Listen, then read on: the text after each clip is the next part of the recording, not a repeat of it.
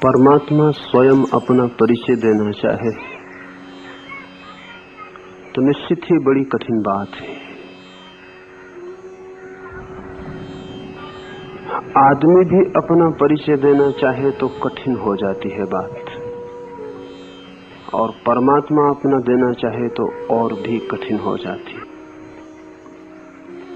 एक तो इसलिए कठिन हो जाती है कि परमात्मा भी अपना स्वयं परिचय दे तो सदा ही अधूरा होगा, पूरा नहीं हो सकता। अस्तित्व इतना विराट है और शब्द इतने छोटे पड़ जाते। परमात्मा भी कहना चाहे तो कह के पाएगा कि जो कहना था वो नहीं कहा जा सका है, कहना चाहा था वो छूट गया है, और जो कहा गया है वो बहुत दूर की खबर लाता है। कृष्ण को भी वैसी ही कठिनाई है, और जब भी किसी व्यक्ति के भीतर से परमात्मा ने स्वयं को अभिव्यक्त किया है तब सदा ही ऐसी ही कठिनाई हुई है। कृष्ण की पीड़ा हम समझ सकते हैं। वे जो उदाहरण ले रहे हैं, वे जिन बातों के सहारे समझाने चल रहे हैं, वे बातें बहुत साधारण हैं, लेकिन इसके अतिरिक्त कोई उपाय नहीं, कोई विकल्प नहीं। आदमी से बात करनी हो तो आदमी की भाषा में ही बात करनी पड़ेगी।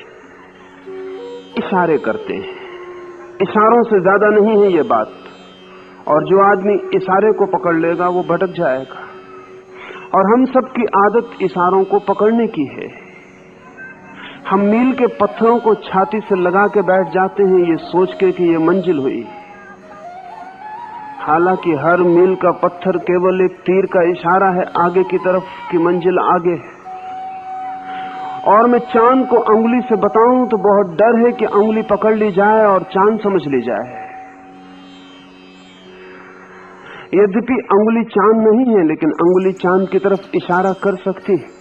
लेकिन ये इशारा उसी की समझ में आएगा जो अंगुली को छोड़ दे और भूल जाए और चांद की तरफ देखे। और मैंने अंगुली उठाई चांद की तरफ, और आपने सोचा कि शायद मैं अंगुली उठा रहा हूं तो अंगुली में कुछ होगा, और आप मेरी अंगुली से अटक गए तो आप चांद तक कभी भी न पहुंच पाएंगे। अंगुली चांद को बताती है, चांद नहीं। उसे छोड़ ही देना पड़ेगा, उसे भूल ही जाना पड़ेगा। उसे तो बिल्कुल पीछे छोड़कर जब आंख आकाश की तरफ उठेगी, वहां तो कोई अंगुली ना होगी, वहां तो चांद होगा। तो कृष्ण ये जो बातें कह रहे हैं वो अंगुलियां हैं, अधूरे इशारे, आंशिक उनमें सूचना है। जो उनको पकड़ लेगा वो खतरे में पड़ेगा, जो उनको छोड़ देगा, उनके ऊपर उठेगा, पार जाएगा, वो इशारे को समझने में समर्थ हो सकता है।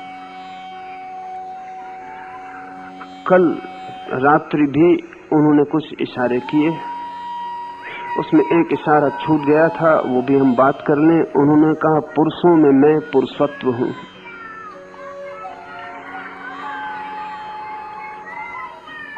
पुरुषों में पुरुषत्व, पुरुष नहीं।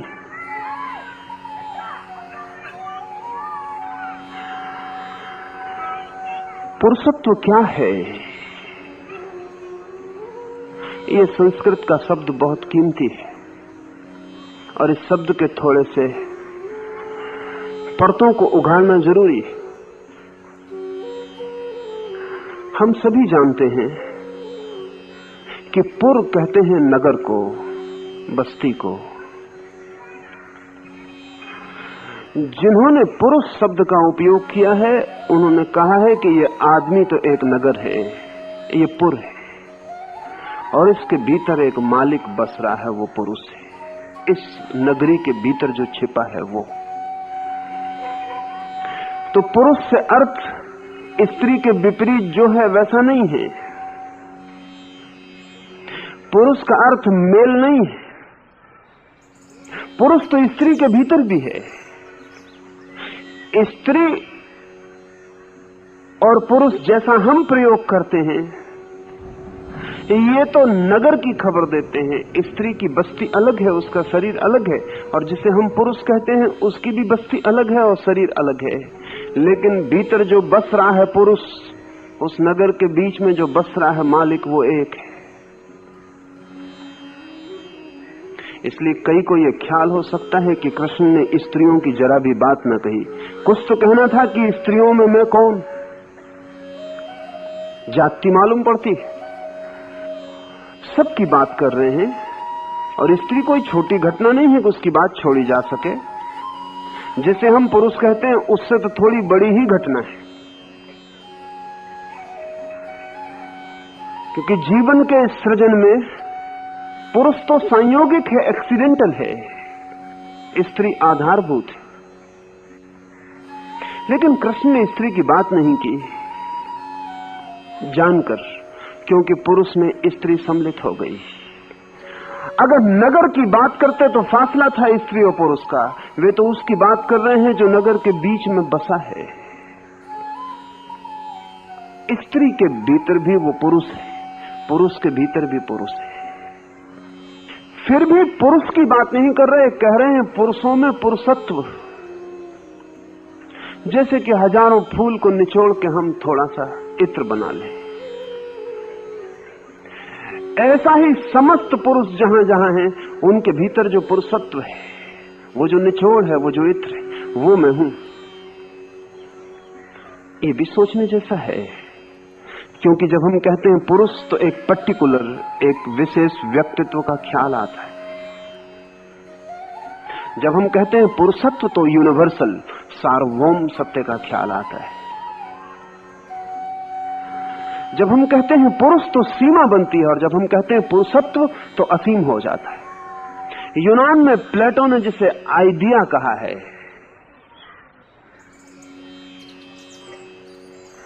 प्रत्यय कहा है। पुरुषत्व एक प्रत्यय है, एक आइडिया है। जब हम कहते हैं प्रेमी तो एक सीमा बन जाती है, लेकिन जब हम कहते हैं प्रेम तो सब सीमाएं टूट जाती हैं, तब असीम हो जाता है सब। जब हम कहते हैं पुरुष तो एक रेखा खिंच जाती है चारों ओर। जब हम कहते हैं पुरुषत्व तो विराट आकाश की तरह सब विस्तीर्ण हो जाता है। पुरुषत्व की कोई सीमा नहीं। पुरुष आएंगे और जाएंगे, पुरुष बनेंगे और मिटेंगे, पुरुषत्व तो शाश्वत है। शक्लें बदलेंगी, घर बदलेंगे, नगर बसेंगे और उजड़ेंगे। आज आपका एक नाम है, पिछले जन्म में दूसरा था, अगले जन्म में और तीसरा होगा। कितने कितने पुरुष होने का आपको ख्याल पैदा होगा कि मैं ये हूं, मैं ये हूं, मैं ये हूं, लेकिन भीतर वो जो निर्गुण, वो जो भीतर निराकार है, वो एक है। इसलिए भी कहा पुरुषत्व। जब हम लहरों की बात करते हैं तो अक्सर डर होता है कि सागर कहीं भूल ना जाए। कृष्ण ये कह रहे हैं कि लहरों में मैं सागर। लहर भला दिखाई पड़ती हो, लेकिन सिर्फ दिखाई पड़ती है, अपीयरेंस है, सिर्फ एक आभास है। सत्य तो सागर है जो नीचे है। बड़ी मजे की बात है, सागर के किनारे जाएं तो लहरें ही दिखाई पड़ती हैं, सागर कभी दिखाई नहीं पड़ता। अक्सर आप कहते हैं कि मैं सागर के दर्शन करके आ रहा हूं, लेकिन गलत कहते हैं। कहना चाहिए लहरों के दर्शन करके आ रहा हूं। सागर तो दिखाई नहीं पड़ता, दिखाई तो लहरें पड़ती हैं। फिर भी आप कहते हैं कि सागर का दर्शन करके आ रहा हूं, इसी ख्याल से कि लहर की क्या गिनती करनी। लहर तो आप देख भी नहीं पाए और मिट गई होगी और दूसरी बन गई।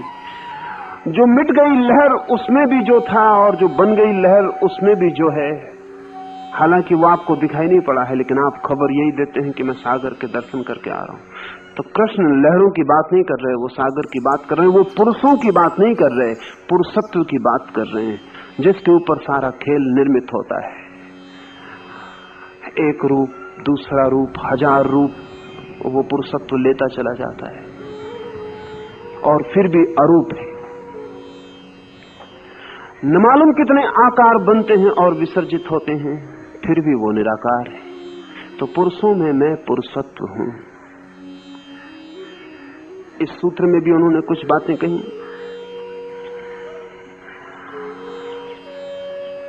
और कुछ कीमती बातें कही। कहा है वासना से रहित, काम से रहित वीरों का वीर्य हूं। वासना से रहित, कामना से नहीं रहित वीरत्व हूं, वीरता हूं। आदमी वासना में डूबकर बड़े वीरता के कार्य कर सकता है, लेकिन कृष्ण कह रहे हैं कि मैं तब, मनुष्य के भीतर वो जो वीर्य की ऊर्जा घटित होती है, मैं तब वो हूं जब वहां काम ना हो, वासना ना हो। आपको ख्याल दिलाना चाहूंगा, महावीर का जन्म का नाम वर्धमान था, बाद में दिया गया नाम महावीर, और महावीर नाम दिया गया उस वीरता की वजह से जिसकी कृष्ण चर्चा कर रहे हैं। महावीर किसी से लड़े नहीं, लड़ने की बात दूर, पांव फूंक कर रखा कि कोई चींटी न दब जाए, किसी से कोई स्पर्धा न की, किसी से कोई प्रतियोगिता न की। कैसी वीरता है उनकी। अगर महावीर को हम देखेंगे तो उनके चारों तरफ कोई भी तो घटना घटती हुई मालूम नहीं पड़ती जिसमें कि वीरता का पता चलता हो। न युद्ध के मैदान पर लड़ते हैं, न तलवारों भालों के बीच में खड़े होते हैं। कैसे वीर होंगे। लेकिन इस मुल्क ने उनको महावीर कहा, इस मुल्क ने इस सूत्र की वजह से महावीर कहा। वासना बिल्कुल नहीं है, फिर एक वीर्य का नव उदय हुआ है। उस वीर को हम थोड़ा पहचाने कि वो कैसा है। महावीर साधना में लगे, कठोर तपस्या में डूबे, भूल गए जगत को, याद रखा अपने को ही। नग्न खड़े होते थे गांव के बाहर, लोग सताने लगे। एक दिन सुबह ऐसी घटना हुई, एक ग्वाले ने आके अपनी गायों को वहां चराने के लिए छोड़ा। फिर उसे कुछ काम आ गया तो उसने खड़े हुए महावीर से कहा कि सुनो, जरा मेरी गायों को देखते रहना, मैं अभी लौट कर आता हूं। जल्दी में था, उसने ये भी फिक्र न की कि ये नग्न खड़ा हुआ साधु कुछ बोला नहीं, या सोचा होगा कि मौन सम्मति का लक्षण है, चला गया। दोपहर जब वापस लौटा तो महावीर तो अपने दूसरे ही लोक में थे। लौटा तब तक गायें चरती हुई दूर निकल गई थी। महावीर से बहुत पूछा, वो कुछ न बोले, आंख बंद किए खड़े थे, खड़े रहे। सोचा कि या तो यह आदमी पागल है या चालाक है। गायें या तो चोरी चली गई, इस आदमी का हाथ है कुछ, और या फिर यह आदमी पागल है या गूंगा है या बहरा है। वो गायों को ढूंढने गया, जंगल भर में घूम आया, लेकिन गायें न मिली। और जब सांझ महावीर के पास से निकलता था, गायें चर के लौट आई थी और महावीर के पास वापस बैठी थी। तब तो पक्का शक हो गया। सोचा कि आदमी बेईमान है, मुझे धोखा दिया, गायों को छिपाया रहा, अब रात में लेके निकल जाएगा। उसने महावीर को गालियां दी, मारा, कान में लकड़ियों की खूंटियां ठोंक दी, क्योंकि ये देख के कि तू समझ रहा है कि तू बहरा है, सुनता नहीं, तो हम तेरे बहरेपन को पूरा किए देते। कान में उसने खूंटियां ठोंक दी, खून लहूलुहान महावीर के कान से खून बहने लगा। वो खूंटियां ठोक के अपनी गायों को लेके चला गया। मीठी कथा है कि देवता पीड़ित और परेशान हुए और इंद्र ने आके महावीर से कहा कि क्षमा करें,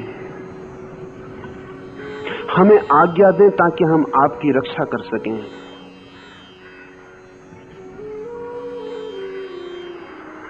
ऐसा दोबारा न हो, अन्यथा बदनामी हमारी होगी कि भले लोग जमीन पर थे और महावीर के कान में खूंटियां ठोक दी गई। हमें आज्ञा दें। महावीर ने आंख खोली और कहा, वो ग्वाला भी अपने ढंग से मुझे विचलित करने आया था, तुम अपने ढंग से मुझे विचलित करने आए हो। मुझे छोड़ दो, मुझ पर जो भी होना है मुझे अकेले पर होने दो। जन्मों जन्मों बहुत तरह के साथ मैंने लिए, सब साथ व्यर्थ गए, अब मैं अकेला हूं। जन्मों जन्मों न मालूम कितने कंधों पे हाथ रखे और सोचा कि वो साथी बनेंगे, कोई साथी कभी बना नहीं। अब मैं अकेला हूं। अब ये वीरता दिखाई नहीं पड़ेगी बाहर किसी युद्ध के मैदान में, लेकिन युद्धों में जो वीर हैं वो बच्चे हैं। महावीर की वीरता यह है कि वो कहते हैं अब संगी और साथी न बनाऊंगा, अब अकेला काफी हूं। जन्मों जन्मों बहुत संगी साथी बनाए, सब व्यर्थ खो गए। पाया आखिर में कि अकेला हूं, अब मुझे तुम अकेला ही होने दो। और एक तरह से वो विचलित करने आया था, तुम दूसरी तरह से विचलित करने आए हो। इंद्र ने कहा आप हमें गलत ना समझे, हम आपको विचलित करने नहीं, सिर्फ रक्षा करने आए। महावीर ने कहा कि जिनने भी मेरे लिए सदा वचन दिए रक्षा करने के, और जिन्होंने कहा हम रक्षा करेंगे, वो ही थोड़े दिन में मेरे कारागृह बन गए। जिनने भी कहा था कि हम रक्षा करेंगे, जिनने भी कहा था हम साथ देंगे, संगी बनेंगे, दुख से बचाएंगे, आखिर में मैंने पाया कि वही मेरे दुख के कारण बने और वही मेरे कारागृह की दीवारें बने। अब नहीं, अब मैं अकेला काफी हूं। अब सुख हो कि दुख, मैं अकेला काफी हूं। तुम मुझे मुझ पर छोड़ दो। महावीर ने कहा है एक ही वीरता है इस पृथ्वी पर अकेले होने का साहस, the courage to be alone. बहादुर से बहादुर आदमी भी अकेला नहीं हो सकता, कम से कम तलवार तो साथ में रखता ही। इसलिए जिसके हाथ में तलवार देखें समझ लेना कि भीतर कायर छिपा है, नहीं तो तलवार किसके लिए? महावीर नग्न खड़े, हाथ में एक लकड़ी का टुकड़ा भी नहीं। कृष्ण कहते हैं जिसकी वासना हट गई, जिसका काम हट गया, उसमें मैं वीरी हूं, उसमें मैं बल, उसका मैं बल हूं। इसमें एक बात और समझ लेने जैसी है, जहां भी काम वासना है वहां वीर होना उसी तरह आसान है जैसे किसी आदमी को शराब पिला दी जाए और लड़ने को भेज दिया जाए। नशे में बहादुर हो जाना आसान है क्योंकि नशे में आदमी मूर्छित होता, इसलिए हाथियों को जब युद्ध पर भेजते हैं तो शराब पिला के भेजते हैं, क्योंकि मरने का ख्याल ही नहीं रह जाता, होश ही नहीं रह जाता। काम वासना भी एक जहर है, एक इंटॉक्सिकेंट। और जब आप काम वासना से भरते हैं तो काम वासना से भरा हुआ आदमी आग लगे मकान में प्रवेश कर सकता है। हमने तुलसीदास की कहानी हम सबने सुनी है। काम वासना से भरा हुआ आदमी मुर्दे को नदी में हाथ का सहारा लगा के पार हो गया, उसे पता न चला कि मुर्दा है, उसने समझा कि कोई लकड़ी का टुकड़ा है, इसके सहारे में पार हो जाऊं। तुलसीदास लटके हुए वर्षा की अंधेरी रात में छज्जे से लटके हुए सांप को रस्सी समझ के ऊपर चढ़ गए। रस्सी दिखाई पड़ी, सांप दिखाई ना पड़ा, आंखें अंधी थी। वासना ही क्या जो अंधा न कर जाए। कोई कह सकता है कि बड़े बहादुर रहे होंगे तुलसीदास, सांप को पकड़ के चढ़ गए, कम बहादुर है। लेकिन तुलसीदास नहीं चढ़े सांप को पकड़ के, सांप को पकड़ के वासना चढ़ी। वासना अंधी, उसमें कोई बहादुरी नहीं होती। तुलसीदास नहीं चढ़े सांप को पकड़कर, तुलसीदास को सांप दिख जाता तो भाग खड़े होते, वो दिखाई नहीं पड़ा, आंखें अंधी थी। जब आंखें खुली, जब पता चला कि क्या किया है। तीव्र वासना के क्षण में आप मूर्छित होते हैं, बेहोश होते हैं। बेहोशी में बल का कोई अर्थ नहीं है। पागल होते हैं, पागलपन में बल का कोई अर्थ नहीं है। इसलिए कृष्ण उसे काट देते हैं। वो कहते हैं काम वासना को छोड़कर बलवानों का मैं बल हूं। और भी एक बात कहते हैं इसी संदर्भ में, ये भी कहते हैं कि जो धर्म से भरा है उसकी मैं काम वासना भी हूं। ये उल्टे दिखाई पड़ेंगे वक्तव्य। बलवान के लिए कहा जो काम वासना से रहित है उसका मैं बल हूं। लेकिन तब सवाल उठ सकता है कि फिर ये काम वासना का क्या होगा? तो कृष्ण कहते हैं काम वासना भी मैं हूं उसकी जो धर्म से भरा है। इसका क्या अर्थ होगा? धर्म से भरी काम वासना का क्या अर्थ होगा? जैसे ही व्यक्ति के जीवन में धर्म उतरता है वैसे ही काम वासना वासना नहीं रह जाती, वैसे ही काम सेक्स यौन नहीं रह जाता। इसे थोड़ा समझना जरूरी है। कुछ ऐसा है कि जिस व्यक्ति के जीवन में धर्म का अवतरण हुआ उस व्यक्ति के जीवन का सभी कुछ धार्मिक हो जाता है। धर्म इतना डुबाने वाला है कि सिर्फ आपकी बुद्धि को ही डुबाएगा ऐसा नहीं, सिर्फ आपके हृदय को ही डुबाएगा ऐसा नहीं, आपके शरीर को भी डुबा लेगा। धर्म इतनी बड़ी घटना है, घटे तो आप पूरे के पूरे उसमें डूब जाएंगे। आपकी काम वासना कहां बचेगी? वो भी उसमें डूब जाएगी। कहना चाहिए कि धर्म का अमृत ऐसा है कि अगर जहर की बूंद भी उसमें पड़ जाए तो अमृत हो जाएगी। हमें समझना बहुत कठिन होगा। हमारी सामान्य समझ तो ये कहती है कि वो सारा का सारा अमृत जहर हो जाएगा अगर एक बूंद जहर की पड़ गई, क्योंकि जहर से ही हम परिचित हैं, अमृत से हम परिचित नहीं। हमने जहर ही जाना है, हमने अमृत जाना नहीं है।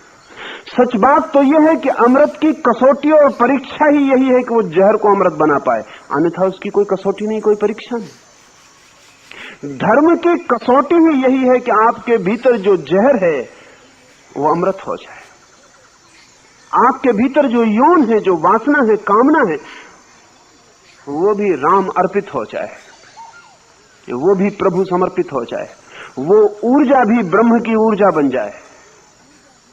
क्या होता होगा जब कोई व्यक्ति धर्म से भरता होगा तो उसकी काम वासना की गति क्या होती होगी?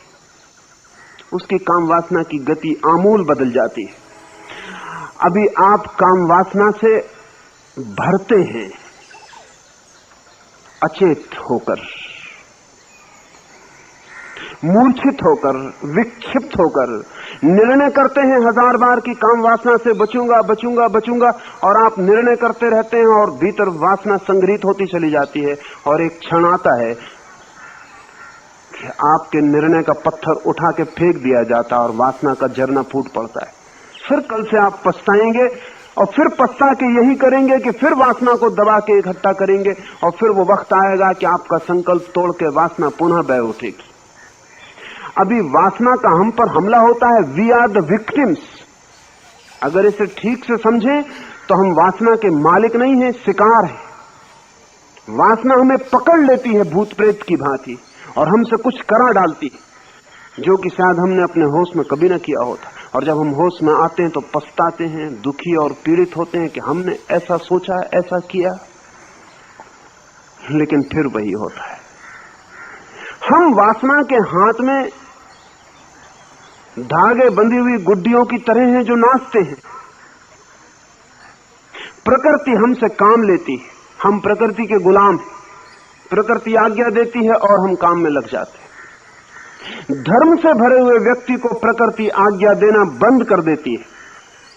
असल में जो व्यक्ति धर्म को उपलब्ध होता है, प्रकृति की आज्ञा सीमा के बाहर हो जाता है। प्रकृति उसे कोई भी आज्ञा नहीं दे सकती, और एक नई घटना घटती है कि धर्म को उपलब्ध व्यक्ति प्रकृति को आज्ञा देने लगता है। एक आमूल रूपांतरण होता है। जब तक हम अधर्म में जीते हैं तब तक प्रकृति हमें आज्ञा देती है, हम गुलामों की तरह होते हैं। हम चलाए जाते हैं, चलते नहीं। हम खींचे जाते हैं, चलते नहीं। हम धकाए जाते हैं, हम चलते नहीं। हमारी जिंदगी, हमारी वृत्तियों का जबरदस्ती दबाव है। न तो आपने कभी क्रोध किया है, क्रोध करवाया गया है, न आपने कभी काम वासना की है, काम वासना करवाई गई है। आप सिर्फ एक विक्टिम है, एक शिकार है जो चारों तरफ से आपको धक्के दिए जा रहे हैं। जैसे हवा में पत्ता कपता है, बाएं हवा बहती तो बाएं और दाएं बहती है तो दाएं। वो पत्ता भी शायद मन में सोचता होगा कि अब बाएं बहुत थक गया, अब जरा दाएं बहूं। जब हवा दाएं चलने लगती है तब वो सोचता है अब दाएं चलूं। वैसे ही आप सोचते हैं कि मैं क्रोध कर रहा हूं, कि मैं वासना से भर रहा हूं। नहीं, आप सिर्फ भरे जाते, आप बिल्कुल हेल्पलेस विक्टिम, असहाय शिकार हैं। धर्म से भरा हुआ व्यक्ति प्रकृति के ऊपर उठता है, वो प्रकृति को आज्ञा देना शुरू करता है। वैसे व्यक्ति के जीवन में काम वासना वासना नहीं रह जाती। हाँ, वैसे व्यक्ति के जीवन में यदि काम की कोई घटना भी घटे, जैसा कि कुछ घटनाएं घटी, तो उनके कारण बहुत ही दूसरे होते हैं। जैसा जीसस के बाबत कहा जाता है कि वो कुंवारी मरियम से पैदा हुए। ये उदाहरण मैं दे रहा हूं ताकि आपकी समझ में आ सके कृष्ण की बात। जीसस के बाबत कहा जाता है कुंवारी मरियम से, वर्जिन मैरी से पैदा हुए। अब कुंवारी लड़की से कोई कैसे पैदा होगा, लेकिन हो सकता है। अगर कृष्ण के सूत्र को समझें तो हो सकता है। मैरी, जीसस की मां, किसी काम वासना से भर के अगर संभोग में न उतरी हो, वरन जीसस की आत्मा को जन्म देने के लिए ही अपने शरीर की प्रकृति को उसने आज्ञा दी हो, तो वो कुंवारी है। और आपसे मैं कहूं कि आप जब किसी बच्चे को जन्म देते हैं तब भी आपको पता नहीं होता कि उस बच्चे की आत्मा आपके चारों तरफ मंडरा रही है और आपको प्रेरित कर रही है कि आप उसे जन्म दें, लेकिन आप बेहोश हैं। उसके लिए प्रकृति आपको धक्के दिलाती है और बच्चे का जन्म करवाती है। लेकिन काम वासना जिस दिन धर्म से रूपांतरित होती है, उस दिन आप सचेत रूप से एक आत्मा से बात कर पाते हैं जो आपके द्वारा जन्म लेना चाहती है। और अगर आप जन्म देना चाहते हैं तो आप अपने शरीर को आज्ञा देते हैं कि वो वासना में उतरे, वो काम कृत्य में उतरे, लेकिन ये आज्ञा होती है। और इसलिए इसमें बुनियादी फर्क है। जब आप काम वासना में उतरते हैं तो आप बेहोश होते हैं, और जब ऐसा व्यक्ति कभी काम वासना में उतरता है तो बिल्कुल होश में होता है। वो अपने शरीर का उपयोग एक उपकरण, एक यंत्र की भांति कर रहा होता है, मालिक होता है, शरीर उसका उपयोग नहीं कर रहा होता है। तो कृष्ण कहते हैं मैं काम वासना भी हूं, लेकिन उनकी जो धर्म से भरे।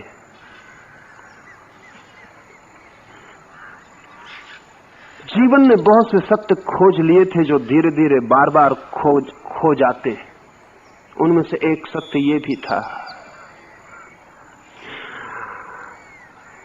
इस संदर्भ में एक बात आपको कहना चाहूंगा। आज सारी पृथ्वी पर संतति निरोध का आंदोलन है। सब जगह किसी भी तरह आने वाले बच्चों को रोकना है। लेकिन एक ही उपाय मालूम पड़ता है, और वो ये कि हमारे शरीर में कुछ फर्क किया जाए, और कोई उपाय नहीं मालूम पड़ता। एक ही उपाय मालूम पड़ता है कि हमारे शरीर की ग्रंथियां काट डाली जाएं, या शरीर में ऐसे रासायनिक द्रव्य डाले जाएं, या ऐसा इंतजाम किया जाए कि आने वाली आत्मा जो हमारे भीतर प्रवेश करती है वो अवसर न पा सके और प्रवेश न कर पाए। ये बड़ी असहाय स्थिति है। इससे अन्यथा नहीं हो सकता क्या? लेकिन आदमी को देख के नहीं कहा जा सकता कि हो सकता है। दूसरी बात भी हो सकती है। कृष्ण के सूत्र से वो बात दूसरी निकलती। हम व्यक्तियों को इतना सचेतन बना सकते हैं, शरीर को बदल के नहीं, उनकी चेतना को बदलकर, कि जब कोई आत्मा उनसे निवेदन करे कि वो जन्म देने वाले बने तो वो इनकार कर सके, या जरूरत हो तो जन्म दे सके। इस संबंध में मैं आपसे ये भी कहना चाहता हूं कि हजारों वर्ष तक भारत ने इसका प्रयोग किया है। इस बात के सैकड़ों प्रमाण हैं। इस बात का प्रयोग किया गया है। इस प्रयोग की पूरी साइंस विकसित की गई थी। जैसे कि आपने अगर महावीर या बुद्ध का जीवन पढ़ा हो तो इस मुल्क में एक पूरा का पूरा ड्रीम एनालिसिस, एक स्वप्न विज्ञान निर्मित किया था। फ्रायड ने तो अभी अभी स्वप्न के लक्षणों को समझना शुरू किया। वो भी समझ अभी बहुत बालपन की, वो भी बहुत गहरी नहीं। लेकिन जैन परंपरा कहती है कि जब तीर्थंकर किसी मां के गर्भ में प्रवेश करता है तो इस तरह के स्वप्न इस समय पर उस मां को आने शुरू होते। वो इस बात की खबर है कि तीर्थंकर की कोटि की आत्मा उस मां के गर्भ में प्रवेश करना चाहती है। वो स्वप्न सूचनाएं, उन स्वप्नों से खबर मिलती है कि कोई एक विराट आत्मा मां के भीतर प्रवेश करना है। वो स्वप्न जो है सिंबॉलिक मैसेजेस है। और ये बड़े मजे की बात है कि जैनों के 24 तीर्थंकर बहुत लंबे फासले पे हुए, अंदाजन कम से कम 10,000 साल का फासला, कम से कम, इससे ज्यादा हो सकता है, लेकिन उनकी माताओं को आने वाले स्वप्नों का क्रम एक। वो स्वप्न सूचक हैं। वो इस बात की खबर दे रहे हैं कि इनकार मत कर देना, क्योंकि जो व्यक्ति पैदा होने वाला है वो तुम्हें सिर्फ मार्ग बना रहा है, लेकिन इस जगत के लिए बहुत काम का है। उसको इनकार मत कर देना। वो कोई साधारण आत्मा नहीं जो तुमसे आ रही है। और बुद्ध के मामले में तो ये भी जाहिर था कि बुद्ध जिससे भी जन्म लेंगे वो मां जन्म दे के तत्काल मर जाएगी, जी ना सकेगी। क्योंकि बुद्ध जैसे व्यक्तित्व को जन्म देना, हम जानते हैं साधारण बच्चे को देने में कितनी प्रसव पीड़ा होती है। साधारण बच्चे को जन्म देने में कितनी प्रसव पीड़ा होती है, लेकिन शरीर को ही पीड़ा होती है। बुद्ध जैसे व्यक्ति को जन्म देने में आत्मा तक प्रसव पीड़ा का प्रवेश होता है। वो कोई छोटी घटना नहीं है, एक बहुत महान घटना, एक विराट घटना घट रही है शरीर के भीतर। तो ये जाहिर थी बात कि बुद्ध की मां जन्म देने के बाद बचेगी नहीं। फिर भी बुद्ध की मां राजी थी, क्योंकि बुद्ध जैसा व्यक्ति पैदा होता है ये सौभाग्य छोड़ने जैसा नहीं है। और कहा जाता है कि देवताओं ने बुद्ध की मां को न मालूम कितनी कितनी तरह से राजी किया और कहा कि इनकार मत कर देना, क्योंकि जो व्यक्ति आ रहा है वो करोड़ों के जीवन को प्रकाशमान कर देगा। उसके लिए इतना कष्ट झेलने की तैयारी रखना। बुद्ध ने घोषणा की है कि 2000 साल बाद मैं पुनः एक नए रूप में मैत्रेय के रूप में पृथ्वी पर उतरूंगा। 2000 साल पूरे हो गए, लेकिन मैत्रेय को ठीक गर्भ नहीं मिल पा रहा है, इसलिए एक अड़चन खड़ी हो गई है। इसलिए जो लोग जीवन की गहराइयों से संबंधित हैं, उनकी इस वक्त सबसे बड़ी बेचैनी यही है कि कोई मां मैत्रेय को ग्रहण करने के लिए तैयार हो जाए, लेकिन कोई मां पृथ्वी पर दिखाई नहीं पड़ती है। बुद्ध का वचन खाली न जाए, इसलिए और तरह के प्रयोग भी किए गए, वो भी असफल हो गए। कोई गर्भ देने वाली मां नहीं मिलती है, तो कोशिश ये की गई कि किसी व्यक्ति के शरीर में, जीवित व्यक्ति के शरीर में ही बुद्ध की आत्मा को प्रवेश करा दिया जाए और एक ही शरीर से दोनों आत्माएं काम कर लें। ये आत्मा जो मौजूद है सिकुड़ जाए और उस आत्मा को जगह दे दे। वो प्रयोग भी सफल नहीं हो सके। कृष्ण मूर्ति के साथ भी वही प्रयोग किया गया था, वो सफल नहीं हो सका।